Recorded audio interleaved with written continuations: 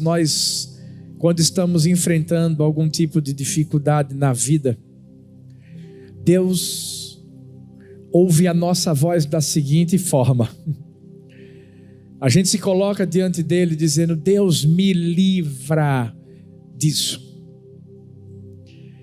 Deus, me tira desse problema. E eu não estou dizendo que está errado também orarmos dessa forma.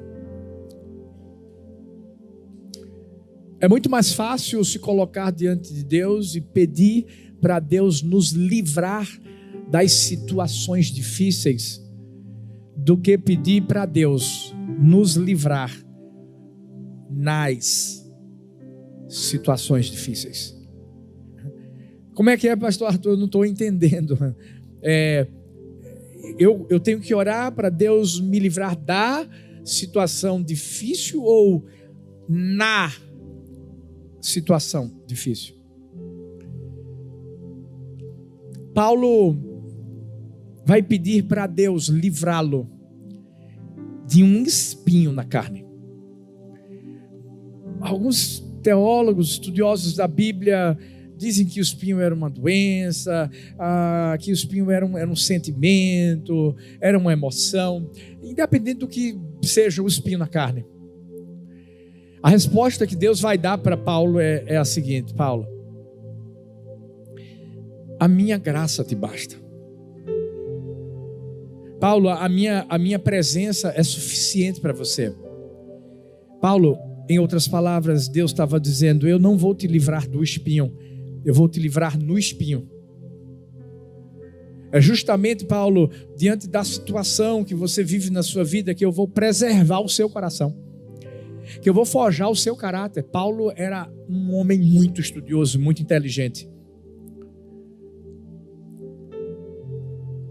E na sua história inicial, você vai perceber que Paulo perseguia os cristãos, foi ensinado aos pés de Gamaliel. Paulo era alguém muito orgulhoso de si mesmo, fariseu. E é como se Deus estivesse dizendo assim: Paulo, eu preciso permitir que você viva nessa situação, mas você não vai estar sozinho, eu vou estar com você. E enquanto eu estiver com você na dificuldade, você vai vencer. Por isso que o foco, quando nós enfrentamos dificuldades na vida, não é o que estamos enfrentando. E é muito comum você falar com uma outra pessoa e perguntar assim: o que é que você está passando? Qual a dificuldade que você está enfrentando? Então, pastor, se o foco não é o que, qual é o foco diante da dificuldade que se enfrenta? O foco é como eu estou enfrentando essa dificuldade e com quem eu estou enfrentando. Quando nós começamos a entender que as nossas orações precisam ser mudadas, e que ao invés de a gente falar para Deus: Deus, me livra disso, a gente começar a dizer: Deus, diante dessa situação que eu estou passando, passa comigo e me ensina qual a lição que o Senhor quer que eu tire daquilo que eu estou enfrentando. Sabe por quê? Mais poderoso do que Deus nos tirar de uma situação difícil é Deus entrar na situação, mudar as coisas e nos ensinar o que a gente precisa aprender. Mas como assim, pastor? Não é mais fácil Deus me tirar da situação difícil e resolver o meu problema? O maior problema é que a gente, como ser humano, só valoriza mais Deus quando a gente está na situação difícil. Estou mentindo? Não. Você quer ver uma coisa? Se tudo estiver bem, saúde bem, família bem, finanças bem, tudo na bênção, há uma grande probabilidade, infelizmente. Sabe de quê? De a gente não se aproximar de Deus. Há uma grande probabilidade de a gente olhar-se no espelho e achar que eu sou o responsável por isso. Mas quando a gente enfrenta dificuldades na vida, aí as coisas mudam. Quem não orava, começa a orar. Quem nunca jejuou, vai jejuar. Quem nunca leu a Bíblia, vai começar a ler a Bíblia. Quem nunca teve um gabinete com um pastor, vai ter gabinete com um pastor. Sabe por quê? Porque as coisas apertaram. E eu não estou falando que Deus é o Deus que quer que a gente viva situações difíceis para o resto da vida. Mas eu posso garantir para mim e para você que muitas vezes Deus vai permitir que situações difíceis sejam vividas por nós. Só porque Ele quer que a gente o convide para Ele entrar na situação e para a gente conhecê-lo como a gente nunca o conheceu antes. Eu tenho aprendido que os bons momentos da vida geram contentamento, mas os tempos difíceis geram maturidade. E se tem algo que eu e você precisamos na vida é de maturidade. E é por isso que nos momentos difíceis Deus forja o nosso caráter. As dificuldades que a gente enfrenta, elas têm um propósito. Elas têm um objetivo. Qual é o propósito? É Deus fazer com que a gente se pareça cada vez mais com Ele. Forjar significa modelar. Colocar algo numa forma e fazer uma cópia semelhante à forma original. Caráter significa conjunto de características e traços que revelam a maneira de agir e de reagir de uma pessoa. Ou seja, é a firmeza, é a coerência de atitudes de acordo com os valores morais pré-estabelecidos. Ou seja, é o que eu falo e o que eu faço conectados. E o caráter de Cristo é inegociável. O desejo de Deus é que a gente se pareça cada dia mais com Ele. Por quê, pastor? Porque vai chegar um dia, e eu acredito que é isso que eu e você estamos esperando ouvir quando Jesus voltar e nós subirmos juntos. O que é que eu e você esperamos ouvir? É o que está em Mateus 25, 23. Muito bem, servo bom e fiel. Você foi fiel no pouco, e eu o porei sobre o muito. Venha e participe da alegria do seu Senhor. Ah, pastor, eu quero ouvir isso. Mas para que a gente ouça isso, a gente também vai precisar se lembrar do que o apóstolo Paulo diz em Romanos 5, versículos 3 e 4. Ele diz assim: não só isso, mas também nos gloriamos nas tribulações, porque sabemos que a tribulação produz perseverança, e a perseverança um caráter aprovado, e o caráter aprovado é esperança. Perceba que é uma escadinha que você vai subindo e que começa como, pastor?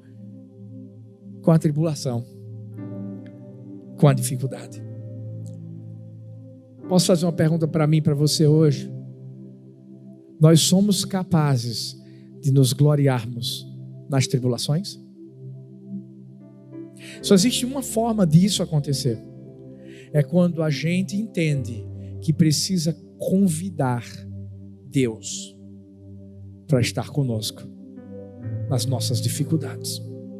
Talvez você se encontre hoje aqui e Sinceramente falando, você está dizendo assim: eu estou no meu limite. Talvez você diga assim: pastor Arthur, eu não aguento mais. Sabe por quê? Porque talvez você está pedindo para Deus te livrar de uma situação onde você não deixa Ele entrar. A Bíblia vai nos falar em Mateus 11:29, tomai sobre vós o meu jugo e aprendei de mim, que sou manso e humilde de coração, e achareis descanso para as vossas almas. A Bíblia diz em Mateus 16:24, então disse Jesus aos seus discípulos: se alguém quer vir após mim, negue-se a si mesmo, tome a sua cruz e siga-me. E a Bíblia afirma em Romanos 8:28, sabemos que Deus age em todas as coisas para o bem daqueles que o amam, dos que foram chamados de acordo com o seu propósito. Pastor, o senhor leu um monte de versículos, o que isso tem a ver comigo? Existe um jugo que Deus pode colocar sobre mim, para você, para trazer lições. Existe uma cruz que eu e você precisamos carregar porque estamos seguindo Jesus. Mas existe um Deus que pega todas as situações que nós vivemos e que, por mais que Ele não as traga sobre nós, mas as permita, Ele sempre faz com que, diante de uma grande tempestade, haja um sol que vai brilhar logo, logo na nossa vida, fazendo com que tudo coopere para o nosso bem. Ah, pastor, mas seria mais fácil que Deus me tirasse logo dessa situação. Eu não aguento mais. O fogo está queimando. Se Deus te tirasse do fogo, sabe, se Deus simplesmente não permitisse que eu ou você vivêssemos situações difíceis na vida, primeiro, nós não iríamos nos parecer com Ele. Segundo lugar, nós não o valorizaríamos. E terceiro, nós não iríamos conhecê-lo da forma que Ele deseja que a gente o conheça. Hoje eu quero falar sobre 3 personagens bíblicos que convidaram Deus para a dificuldade da sua vida. 3 personagens que entenderam que não podiam orar para Deus tirá-los do fogo ou livrá-los do fogo, mas eles oraram para que Deus os livrasse no fogo. Sadraque, Mesaque e Abednego. Eu tenho aprendido que quanto maior o problema, maior o milagre. Quanto maior a dificuldade, maior é a oportunidade que Deus tem de mostrar que Ele é Deus. E não só de mostrar que Ele é Deus, mas de mostrar que Ele é Deus na minha vida e na sua. Você sabe por que eu acredito que Deus ele quer fazer? Deus quer que a gente seja seus holofotes, seus outdoors humanos, a ponto de quem olhar para mim, para você, vai olhar e vai dizer assim: como é que ela está vivendo isso? Não, como ele conseguiu isso?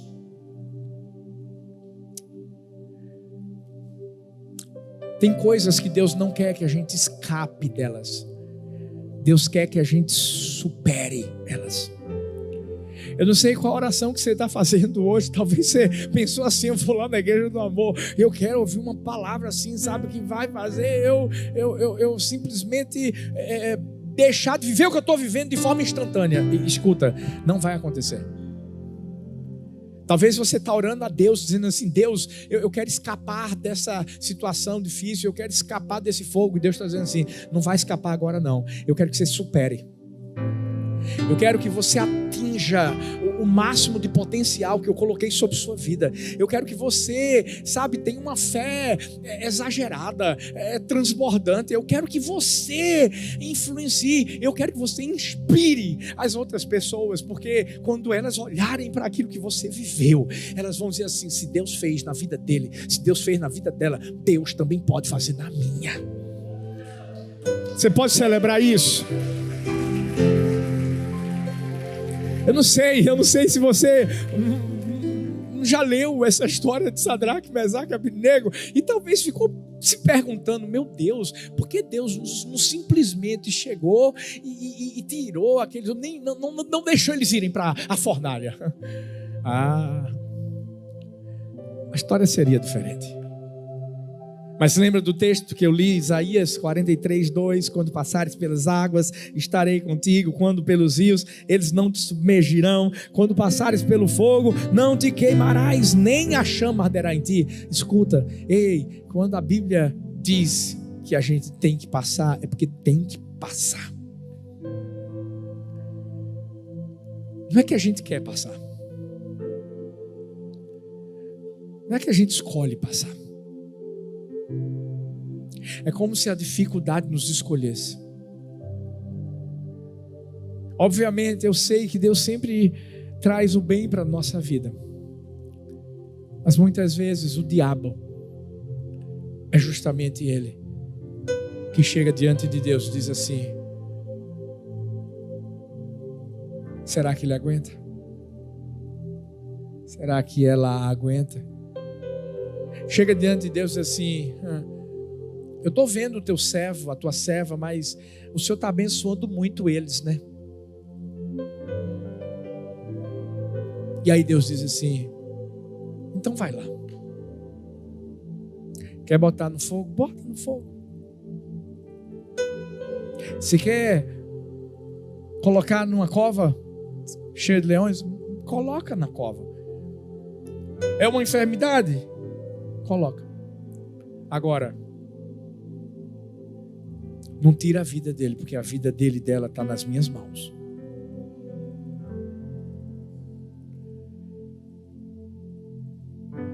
É como se as dificuldades nos escolhessem, porque o diabo tem raiva de mim e de você.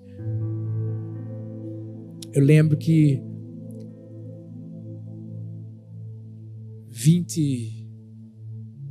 19 anos atrás, ou mais,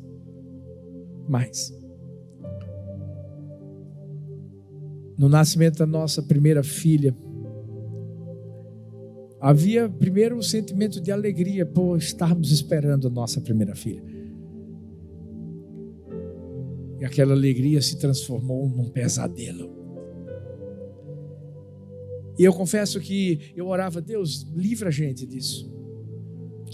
Livra a gente disso.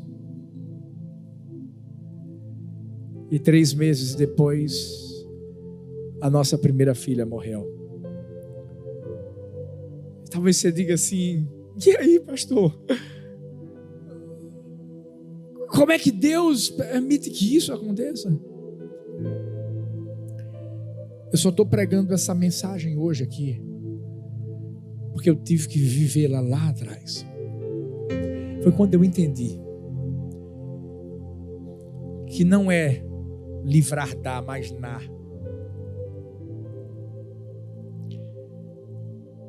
A gente olha para o quebra-cabeça e não consegue enxergar direito, não é? E talvez você está aqui hoje e você também sofreu perdas. Talvez você está aqui hoje e talvez situações caóticas foram vividas por você. E até hoje você está se perguntando: cadê Deus? Quem disse que sua história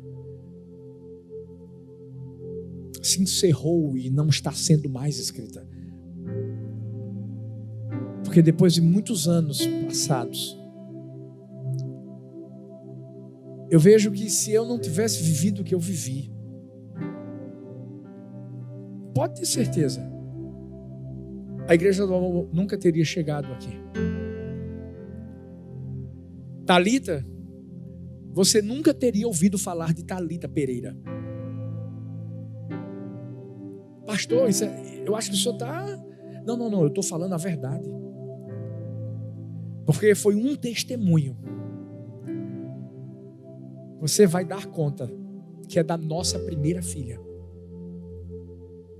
que de alguma forma Deus fez viralizar e chegou a milhares de pessoas, e Deus usou mais ainda a vida de Thalita.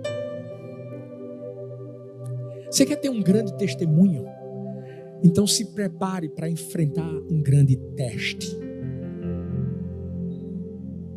O teste vem antes do testemunho. Eu queria te dizer assim: você não vai entrar nessa situação. Eu queria te dizer, você não vai passar por essa dificuldade, mas eu mentiria se eu dissesse isso para você. Mas eu posso te dizer uma coisa: você não vai passar sozinho. Eu posso, com toda a convicção do meu coração, dizer: Deus vai permanecer com você. E por mais que pareça que eu perdi, eu não perdi, eu ganhei. A Bíblia diz que uma semente, quando cai na terra, se ela não morrer, ela não pode dar fruto, mas se morrer, dá muito fruto. E minha primeira filha deu muito fruto e continua dando até hoje. Eu estou aqui, Thalita está aqui, Sara está aqui, Laura está aqui, Helena está aqui, a igreja do amor está aqui. Mas eu quero que você entenda uma coisa. Se você não compreender nada hoje nessa mensagem, só entenda uma coisa: convida Deus para estar com você naquilo que você está vivendo hoje. Porque esses 3 homens, Sadraque, Mesaque e Abednego, convidaram. E eu quero trazer 3 lições rápidas das atitudes desses homens que fizeram com que eles vencessem o que eles enfrentaram. Primeiro, quando convidamos Deus para as nossas dificuldades, nós não nos curvamos. Escuta, não somos nós que vamos nos curvar diante das dificuldades. São as dificuldades que vão se curvar diante do Deus que está comigo e com você nas dificuldades. Eu lembro que quando a gente viveu essa situação da nossa primeira filha, muitas pessoas diziam assim: eles são novos, eles não vão aguentar, eles vão desistir de tudo.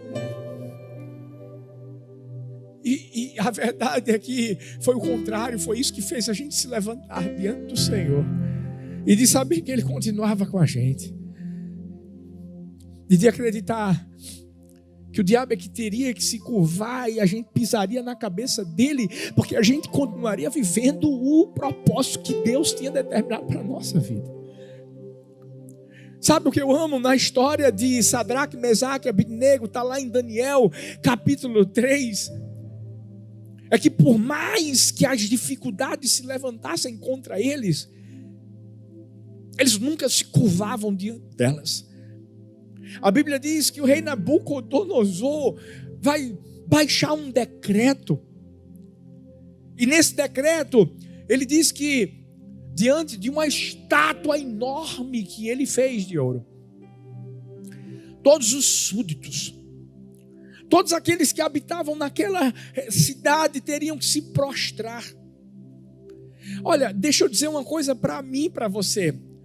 Quando as dificuldades vêm contra nós, é porque o diabo quer que eu e você venhamos a abandonar Deus.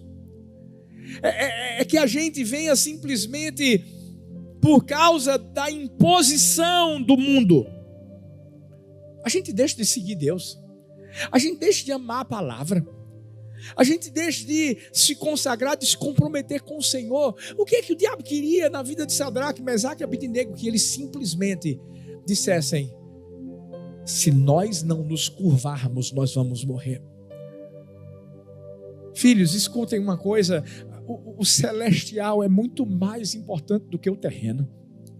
Nós vivemos numa época, e eu vou te dizer uma coisa, vai piorar. Ah, pastor, o senhor está brincando comigo? Eu quero ouvir uma palavra assim, sabe? Calma, humanamente piora. Mas quanto mais piorar, é porque vai estar mais perto de Jesus voltar. E a nossa pátria não é aqui, é lá no céu, gente. E Sabe, a gente pode morar num país maravilhoso, né? Deus abençoar a nossa vida, mas deixa eu te dizer uma coisa, tudo vai ficar. Qualquer coisa, sabe? Você pode morar numa casa bonita, você pode ter um carro, você pode... Tudo, mas tudo vai passar. O que o diabo quer é que a gente foque os nossos olhos naquilo que passa. E a gente não pode cair nessa. Sabe por quê? Nem a morte, nem a vida, nem anjos, nem principados, e nada poderá nos separar do amor de Deus. Nada. Ei, é Ele, o foco é Ele. Vamos se colocar no lugar de Sadraque, Mesaque e Abednego. Um decreto sendo baixado. E eles sabendo que se eles não se prostrassem diante daquela estátua, eles morreriam. E não seria qualquer morte, serem colocados em uma fornalha, gente. Quem aqui já se queimou alguma vez? É uma experiência horrível, é ou não é? Qualquer tipo de queimadura, por menor que seja, é horrível a experiência. Agora imagine você entrar numa fornalha. Imagina os pensamentos que vieram na mente deles. Mas eles carregavam dentro de si algo que na verdade já estava inserido no nome que eles tinham. Não era Sadraque, Mesaque e Abednego. Esses foram nomes babilônicos que eles receberam: Ananias, Misael e Azarias. Você sabe o significado desses nomes? Ananias, o Senhor é gracioso. Misael, quem é como Deus? E Azarias, o Senhor ajudou. Em outras palavras, era Deus falando com eles: eu sou gracioso. Eu dou a vocês o favor que vocês não merecem. Quem é que pode ser como eu sou? Eu os ajudarei sempre. Por isso que eles não se prostraram diante da dificuldade que eles estavam enfrentando. Eles convidaram Deus para entrar com eles na dificuldade. Na verdade, os seus nomes eram uma forma de Deus lembrá-los de que Deus era com eles. É como Davi diz no Salmo 23, versículo 4: ainda que eu andasse pelo vale da sombra da morte, não temeria mal algum, porque tu estás comigo, a tua vara e o teu cajado me consolam. Davi diz que a gente vai andar. Escuta, o vale da sombra da morte existe. As aflições, como diz a Bíblia, no mundo tereis aflições, existem. Mas é diferente quando nós convidamos Deus. Sabe, quando nós entendemos que existe um jugo que é dele. Quando nós entendemos que existe uma cruz, mas que Ele está conosco. Com Ele, a vitória é certa. Esses homens não pensaram no fogo, porque se eles pensassem no fogo, eles se prostrariam. Eles não pensaram nas imposições que estavam sendo trazidas.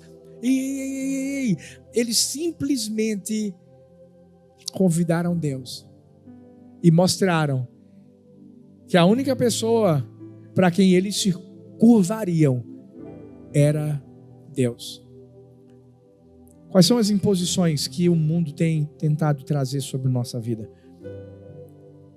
Sobre a nossa família? Sabe quais são as imposições que o mundo tem tentado trazer sobre a nossa vida? Sobre a igreja? É como se o mundo quisesse que a gente escolhesse o que a gente pode pregar e o que não pode pregar. O que a gente pode ler e o que não pode ler na Bíblia. Filhos, escutem bem uma coisa. A gente vai ser perseguido. Mas a gente não pode abrir mão disso. Da palavra. ela é lâmpada para os nossos pés, ela é luz para os nossos caminhos. Só tem uma coisa que não passa: ela. Tudo que Deus disse que ia acontecer, vai acontecer. E quando Ele disse que estaria conosco todos os dias da vida, é porque isso também insere depois que morremos. Paulo dizia: eu não considero a minha vida preciosa para mim mesmo, porque ele sabia qual era a pátria dele. O que é que o diabo está tentando fazer através da dificuldade que você está enfrentando? Ele quer que você se curve? Ele quer que você desista? Ele quer que você peça para Deus te livrar do fogo? Não. Continua seguindo em frente. Mesmo que o caminho tenha uma placa dizendo Vale da Sombra da Morte, mesmo que o caminho tenha dizendo assim fornalha ardente, mesmo que o caminho tenha dizendo tempestade, não se curva diante dessas dificuldades. Se curve diante daquele que faz as dificuldades se curvarem diante de nós. Como assim, pastor? Se ajoelha, se prostra. Qual foi a última vez que você se ajoelhou?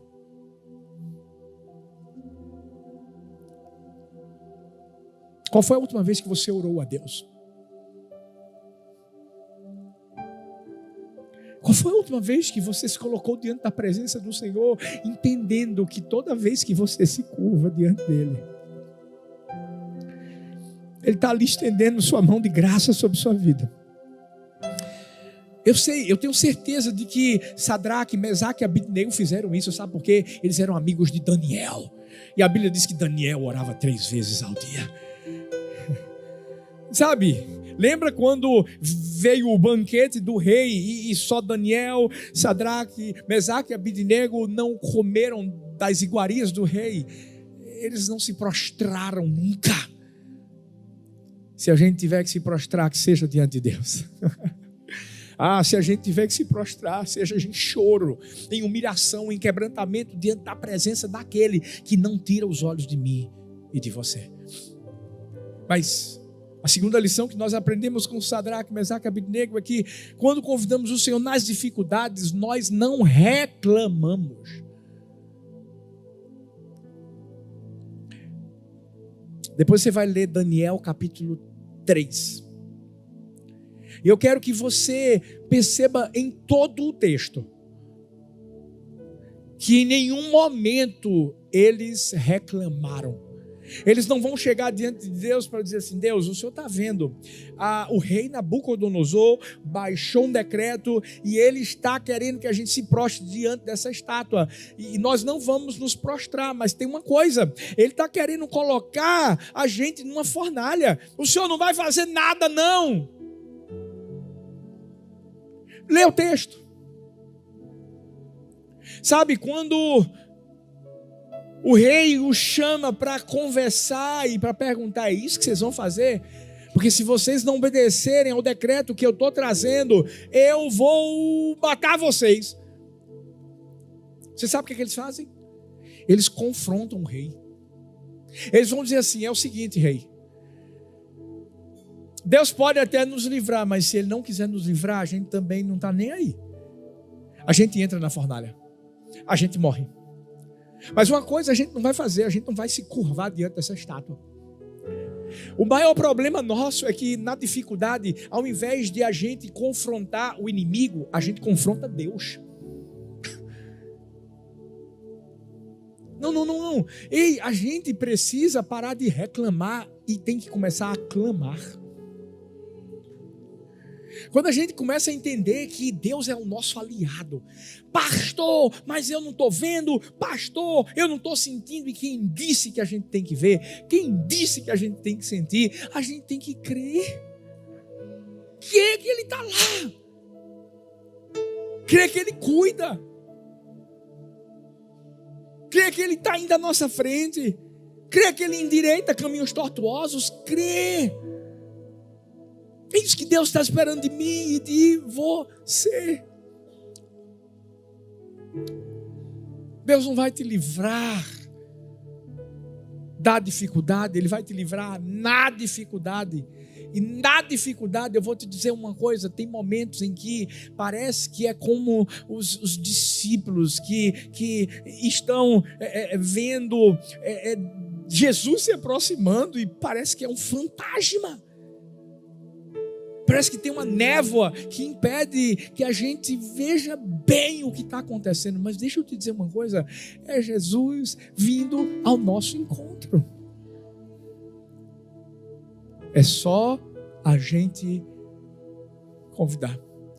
Mas e se eu reclamar, pastor, por eu ser humano? Deixa eu dizer uma coisa, a gente é humano, sim. A gente é falho, é. Deus até ouve a nossa reclamação. Mas Ele só vai começar a agir quando a gente clamar. Escuta. Deus só vai agir quando a gente começar a clamar. Como é que tem que ser nossa oração, pastor? A nossa oração tem que ser assim: Pai, fica comigo no fogo. Pai, fica comigo diante da tempestade. Pai, fica comigo no deserto. Deus é o mesmo. Deus não mudou. Não coincidentemente, hoje quando eu estava lendo a Bíblia com a Heleninha, ela escolheu 2 textos que eu estaria falando hoje aqui, e ela não sabia de nada. Ela disse: pai, eu gosto dessa historinha aqui do rio. Aí quando ela clicou, falava sobre o Rio Jordão. Sabe aquele momento que Josué passa, que eles passam a pés enxutos? E qual foi a outra história? A das muralhas de Jericó, porque para chegar em Jericó tinha que passar pelo Jordão. Algo sobrenatural que Deus faz, o povo rodeando lá aquelas muralhas. E aí eu disse: vamos ler outra.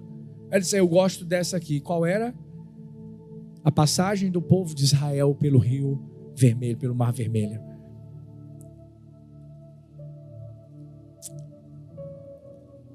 Às vezes a gente está querendo que Deus faça grandes coisas na nossa vida. A gente se esquece que para Deus fazer grandes coisas na nossa vida, a gente vai ter que ter grandes desafios à nossa frente. Mas Ele só vai abrir o mar quando a gente clamar. O povo tinha saído do deserto, indo em direção à terra prometida, tinha um mar à sua frente, tinha os inimigos atrás, o exército egípcio. O que é que eles fizeram? Reclamaram primeiro. Só depois. Quando Moisés se levanta e Deus diz assim: manda o povo marchar. É como se Deus estivesse dizendo assim: bora. Vocês creem que eu sou Deus? Creem que eu tirei vocês do Egito? Então marchem. Porque marchando vocês vão estar dizendo assim: eu sei quem está indo à minha frente. Eu estou clamando aquele que vai à minha frente. E o mar se abriu. Qual é a oração que talvez você vai precisar fazer hoje, que até o dia de hoje você não estava fazendo? Por quê? Porque você só estava reclamando. Ah, porque meu esposo, porque meu esposo, porque meu esposo, porque meu esposo. E Deus está dizendo assim: no dia que você parar de reclamar do seu esposo e começar a clamar por ele, eu vou salvar ele, eu vou transformar a vida dele, eu vou fazer dele uma bênção. Você vai ver o que é que vai acontecer. É isso. É isso. Talvez até hoje você está reclamando da sua vida financeira. Até acorda todo dia reclamando. Agora deixa eu te perguntar uma coisa. Ei, Deus deixou faltar comida para você? Bora, eu sei que se você não pagar aluguel, você vai ser despejado. Ei, você está morando em algum lugar ou não está? Deixa eu te falar uma coisa. No dia que a gente parar de reclamar e começar a clamar, as coisas vão mudar. Isso que Deus quer. Isso é convidar Deus. Isso é acreditar que Ele existe. Por quê? Porque quando a gente não se curva, quando a gente não reclama, a gente aprende uma das lições mais preciosas que é ensinada aqui através de Sadraque, Mesaque e Abednego. A gente descansa. Sabe por que a gente tem que convidar Deus para as dificuldades que a gente enfrenta? Porque quando Deus está lá, no barco, a gente pode descansar. Eu não sei você, mas eu gosto de dormir bem. Eu comprei um anelzinho que dizem que ele mede o sono e batimento cardíaco, um bocado de coisa. Todo dia, depois eu chego no aplicativo desse anelzinho e vejo a quantidade de sono que eu tive. Eu acredito que Deus está convidando a gente para dormir. Eu acredito que Deus está convidando a gente para descansar. Sabe por quê? A Bíblia vai dizer que Sadraque, Mesaque e Abednego descansaram. Como assim, pastor? Calma. Eles entraram na fornalha. Talvez você está pensando que só é possível descansar no lugar onde não tem fogo. Talvez você está dizendo assim, eu só não descanso, pastor, porque o mar está agitado demais. Deixa eu te dizer uma coisa. Deus quer que a gente descanse. É na fornalha. Deus quer que a gente descanse dentro do barco, balançando de um lado para o outro, porque isso já aconteceu antes e Jesus mostrou para os discípulos que era dessa forma que eles tinham que enfrentar a tempestade que eles estavam passando. Descansar num barco onde o tempo está maravilhoso não é descansar, é usufruir. E antes de usufruir, a gente vai ter que aprender a descansar. Quando tudo tiver parecendo que está dando errado. O que é que eu faço, pastor? Confia. Eles confiaram. Eles entraram na fornalha. Nenhum deles disse assim, não, peraí, rei Nabucodonosor, eu não vou entrar não, eu vou me curvar. Não, nenhum deles, sabe por quê? Porque eles estavam descansando em Deus. Eles disseram assim, se Deus quiser nos livrar, amém. Se Ele não quiser, amém. Sabe por quê? Eles já tinham uma esperança eterna dentro do coração deles. A pergunta que eu faço para mim e para você é, nós estamos descansando? Aquele que habita no esconderijo do Altíssimo, à sombra do Onipotente, descansará. Fala para a pessoa linda que está perto de você, diz assim, descansa. Fala para outra, descansa. Porque a Bíblia diz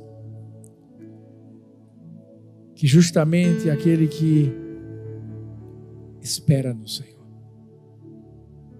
Ele vai caminhar, vai. Eu não estou dizendo que você não vai fazer nada, vai fazer. O que Deus mandar você fazer, vai fazer.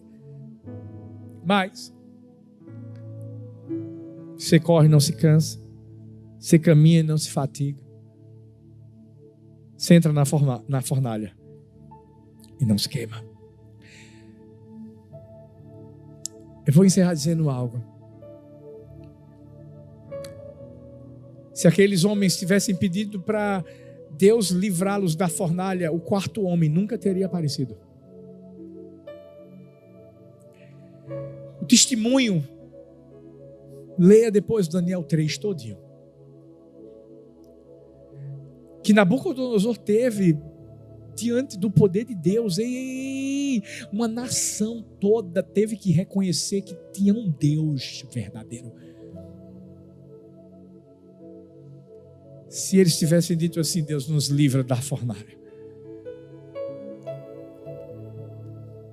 aquele quarto homem nunca teria aparecido e esse testemunho e essa história não estaria sendo contada. Por isso eu quero só te encorajar a uma coisa: aguenta mais um pouco. difícil, pastor, eu sei. Eu já tive lá. Hoje as minhas dificuldades são diferentes. Mas eu aprendi